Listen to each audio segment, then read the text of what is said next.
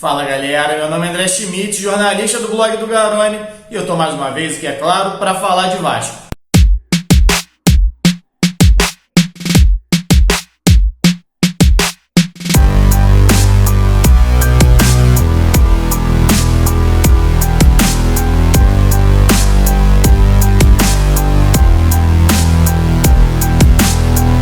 Bom, muita gente me mandou mensagem aqui no canal, no Twitter, no Facebook, no Instagram, me pedindo para fazer uma análise dos últimos trabalhos do Abel Braga. Exatamente como eu fiz com o Luxemburgo quando ele foi contratado. Cheguei a fazer aqui uma projeção de como poderia ser o Vasco sob o comando dele. Falei muito ali sobre a transição rápida pelos lados, a chegada dos volantes, analisando o trabalho dele no Sport, que tinha o Patrick, hoje no Internacional, o Richelli, dois volantes que se aproximavam muito do ataque e bateu muito com o que o Vasco jogou em 2019.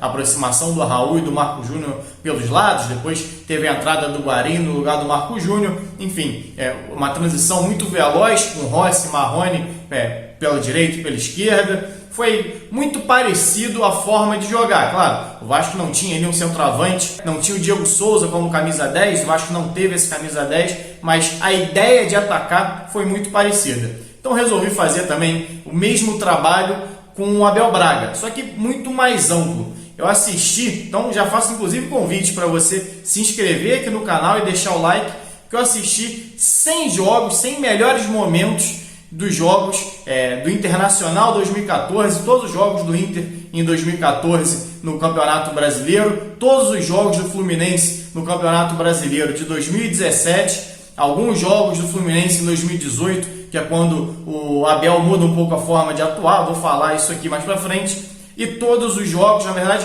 os jogos do Flamengo no Brasileiro, na Libertadores e as finais contra o Vasco. Assisti, foram 13 jogos ali analisados do Flamengo em 2019. Não peguei o Carioca de nenhum para não ter uma distorção em relação à produtividade do time. Preferi utilizar só os jogos então de Campeonato Brasileiro, Libertadores, que são mais competitivos. Como o Abel Braga montou seus times nesses campeonatos. E é exatamente isso que eu vou trazer aqui. E aproveitando que, além desse pedido do Abel Braga, desde o início do canal, muita gente me pede para mostrar essa coleção de mini craques aqui. Tem um pouco aqui, tem um pouco ali. E eu nunca mostrei um ou outro jogador. E hoje eu vou usar alguns deles, então, para fazer essa análise tática um pouco diferente. Então, como eu falei aqui, se inscreve no canal, deixa seu like, que isso vai dar um trabalho danado para editar depois. Bom, basicamente essa aqui a formação principal utilizada pelo Abel Braga nos seus últimos trabalhos. Um 4-1-4-1 tradicional, dois laterais, dois zagueiros, um volante um pouco mais fixo. No Internacional, por exemplo, o Williams fazia essa função. No Fluminense era o Orejuela que fazia essa saída de bola. No Flamengo, o Cuejar fazia essa função. E aqui mais 4 meias adiantados. Na verdade, muitas vezes esse esquema tático se transforma num 4-2-3-1, porque um desses homens dessa segunda linha de 4 aqui, na verdade, ele costuma utilizar um volante que com mais presença, com mais chegada na área. Por exemplo, no Internacional, quem fazia essa função era o Arangues, o chileno. No Fluminense, quem passou a fazer essa função, principalmente no Campeonato Brasileiro, foi o Wendel, que surgiu ali no meio da temporada. O Wendel que hoje está atuando pelo Sporting de Portugal. E no Flamengo, quem fazia essa aproximação era o Arão. Tanto que o Arão chegou a ser um dos garçons ali do Campeonato Carioca, vinha produzindo bastante ofensivamente. Até no início do Brasileiro também, ele começou dando 2, 3 assistências. Era um jogador com características muito diferentes dos 3 meias de armação, mas que se apresentava, ocupava essa função também muito bem de chegar para finalizar, de chegar para concluir em gol. Qual a grande diferença para o Vasco de 2019? O Vasco de 2019, na verdade, joga num 4-3-3, ou jogava num 4-3-3 com o Vanderlei Luxemburgo. E esses meias de criação, esses homens de meio campo, na verdade, não é a mudança só de número, muda muito a característica. O Vasco é um time de velocidade. Enquanto o Internacional tinha D'Alessandro, Alex, o Fluminense tinha Gustavo Scarpa, Sornosa, o Inter chegou a ter também o Alan Patrick, o próprio Valdívia, início de carreira, Valdívia que jogou no Vasco nessa temporada, o Flamengo com Arrascaeta, Diego, Everton Ribeiro, ou seja, vários camisas 10, que a gente costuma dizer, aquele cara do último passe, aquele meia realmente de criação. O Vasco joga com 3 volantes, ou jogava com 3 volantes se aproximando muito aqui do ataque e 2 homens de velocidade pelas pontas, Rossi pela direita e Marrone pela esquerda. Estou com medo de perder o enquadramento aqui, mas acho que está dando para ver bem.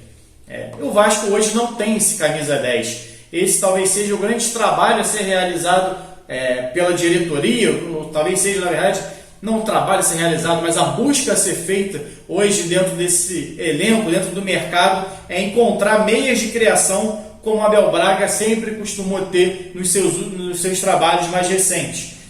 Citei aqui, no próprio Fluminense, que tem dificuldade financeira, ele tinha Gustavo Scarpa e Sornosa criando por dentro, criando como meias. Inclusive vou trazer alguns números aqui, fiz alguns levantamentos na verdade sobre isso, vou tentar passar para vocês aqui no vídeo, mas vou precisar colar, então vou falar depois aqui com uma ediçãozinha para ficar bonito. Mas enfim, o Internacional criava muitas jogadas por dentro, o Fluminense também criava muitas jogadas por dentro, e o Flamengo também, e muito por conta dessa capacidade de meias de criação. Atacava muito pelo lado, eu cito isso inclusive no meu texto lá no torcedores.com. O Fabrício fez muito gols pelo Inter em 2014, fez 9 gols. O Fabrício que jogou no Vasco também. O Gilberto no Fluminense, quando o Fluminense jogou com 3-5-2 em 2018, foi o único ano que o Abel, desses últimos trabalhos recentes, mudou a forma de atuar, saiu desse 4-1-4-1, 4-2-3-1, dependendo do momento ali da partida, como se posiciona, depende do adversário também, mas enfim. O Gilberto fez 6 gols naquela temporada, no Vasco, por exemplo, ele não tinha feito nenhum. O Wellington Silva foi um dos principais garçons no Brasileiro 2014, o Wellington Silva lateral direito também, ex-Fluminense, enfim. Mas a criação por dentro nunca foi deixada de lado. O Vasco de 2019, por exemplo, só marcou 4 gols em jogadas por dentro. E muito teve o gol ali do Guarim, por exemplo, agora recentemente contra o Cruzeiro, que ele uma puxada do Andrei, um passe para o Guarim bate de fora. Enfim, os gols por dentro do Vasco foram criados sempre por volantes. Tanto que os principais garçons do Vasco em 2019 foram o Rossi pela direita e o Danilo Barcelos, lateral esquerdo. 2 jogadores de ponta, 2 jogadores que criavam muito. O Danilo Barcelos criava muito mais em bola parada e o Rossi criava em velocidade. O Vasco não era um time de posse de bola. E todos os times do Abel Braga, recentemente, esses construídos por ele desde o início da temporada, eram times de posse de bola, muito por conta desse volante aqui que sabia jogar. Até por isso ele pediu o Richard, que é um jogador de controle de bola, não é aquele volantão só que briga. Acho o Bruno Gomes tecnicamente melhor do que ele. O Richard viveu altos e baixos ali, mas o Bruno Gomes pode ser uma opção caso o Richard não permaneça, como o Abel gosta do Richard. Caso ele fique, acredito que na verdade ele se torne um titular, mas muito também por conta desses meios de criação que não se afobam. São jogadores que gostam de ter a posse de bola, são meias que têm qualidade para construir com bola no pé, não precisa acelerar o jogo o tempo todo. O Vasco de 2019 acelerava o jogo o tempo todo. Já o Inter de 2014, Fluminense de 2017, aí estou excluindo um pouco 2018, que muda muito o elenco do Fluminense. O Richardson sai em 2017, o Gustavo Scarpa sai no fim de 2017, o Richardson chega a sair no meio ainda da temporada, o Sornosa já vinha querendo sair também, enfim. Passa por o 3-5-2 do Abel em 2018, meio que uma forma de tentar consertar essa parte ofensiva do time que perde muitas peças. Não me parece ser algo que ele vai utilizar no Vasco, a não ser, claro, que o Vasco não consiga entregar para o Abel peças de criação como se espera. Hoje o Vasco não tem ninguém. O Bruno César é o camisa 10 do time, teoricamente foi contratado para fazer essa função no início da temporada, mas não fez bem. Ele foi titular em 5 jogos de 38 no Brasileiro. Então não dá para levar em consideração que o Bruno César vai jogar em 2020 mais do que jogou em 2019. Já cheguei a falar sobre, até durante a chegada dele, já tinha feito uma crítica por ser um jogador que não vem já apresentando um bom rendimento há alguns anos, vinha de lesão, enfim. O Vasco vai ter que ir no mercado, se o Abel Braga quiser colocar em campo um time com a cara dele, no formato que ele usou nos últimos anos, o Vasco vai ter que entregar para ele pelo menos um camisa 10, assim como vai ter que entregar também um camisa 9. O Vasco passou a temporada inteira sem um camisa 9 e os times do Abel Braga também são marcados pela essa capacidade do camisa 9 em trabalhar, em ser eficiente, não só marcando gols. Você tem o Fernandão, por exemplo, em 2006, do time campeão da Libertadores, o Fluminense campeão brasileiro em 2012, sob o comando do Abel, também com o Fred. O próprio time do Internacional de 2014, acaba sendo um pouco de surpresa, tinha o Rafael Moura e o Wellington Paulista, dois centroavantes típicos para essa função, alternavam ali, depois chega o Nilmar já no fim da temporada, disputa alguns poucos jogos e muda um pouco a característica do time, mas tinha esse 9 mais fixo, com capacidade de fazer o pivô, um 9, capacidade de goleador também, o que o Vasco hoje não tem com o Ribamar, já não tinha antes, tanto que o Vasco foi ao mercado e não conseguiu, e o Ribamar, que estava afastado, voltou para o elenco. O Vasco, inclusive, monitora, tem a história do Germancano, o Bland também, eu já citei isso num texto meu, conversei com o Mazuco já sobre essas possíveis contratações.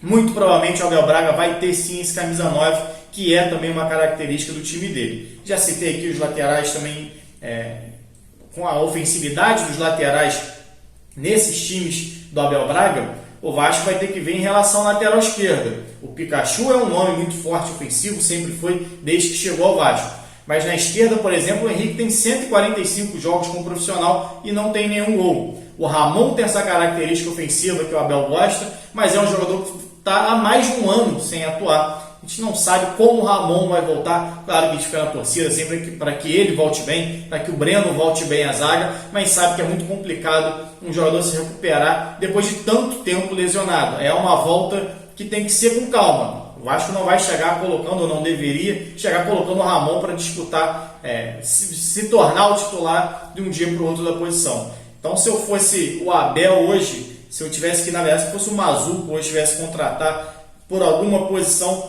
seria principalmente meias de criação pelo estilo de jogo do Abel nos últimos anos e um centroavante, que é a principal chave, de preferência também se puder trazer um novo lateral esquerdo, que é uma posição de rotação no Vasco. Há muitos anos nenhum lateral esquerdo se firma. Talvez o próprio Ramon tenha sido o último ali em 2011 e acabou saindo para o Corinthians logo depois. Depois disso o Vasco não encontrou mais nenhum lateral esquerdo que se firmasse, pelo menos eu lembrando aqui de cabeça, não me recordo de ninguém.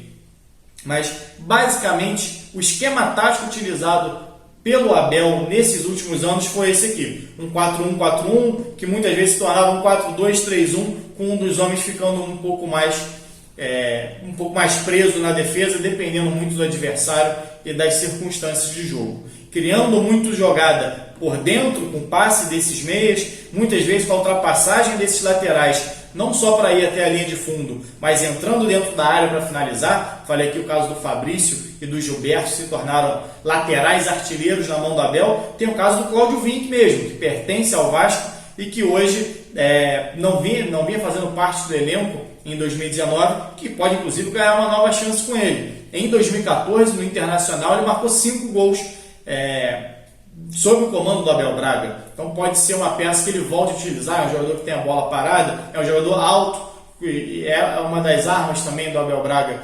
Esse jogo aéreo é uma das fragilidades da defesa também. Falei que ia trazer alguns números para vocês. Vou trazer de uma vez aqui, que eu ia editar depois, mas eu vou trazer alguns dados que eu compilei desses quase 100 jogos que eu assisti, na verdade, nos melhores momentos, os gols ali dessas partidas. O time do Internacional em 2014, falei aqui em relação a gols sofridos, falei que é característica do time marcar gols de bola parada, mas também é característica do time sofrer gols de bola parada, e isso tem sido outra coisa constante nos trabalhos do Abel, para não ficar só no elogio aqui. O time do Abel Braga, por exemplo, construiu 15, no Internacional 2014, construiu 15 jogadas pelo lado para marcar seus gols e sofreu 15 gols também de jogada pelo lado. O Inter terminou em terceiro naquele brasileiro, tendo o 4º melhor ataque, mas a 8ª pior defesa. Foi um time desequilibrado. Aquele time do Internacional tinha... Deixa eu dar uma desorganizada aqui no time. Mas vamos lá. Perdi meu lateral. Enfim, aquele time do Internacional tinha Paulão e Hernando na defesa. Paulão, já conheci, achei meu lateral aqui. Exatamente, esse era um dos problemas do time. A recomposição dos laterais. O Inter dava muito espaço para a jogada nas suas costas e sofreu muitos gols exatamente em cruzamentos nas costas dos seus laterais.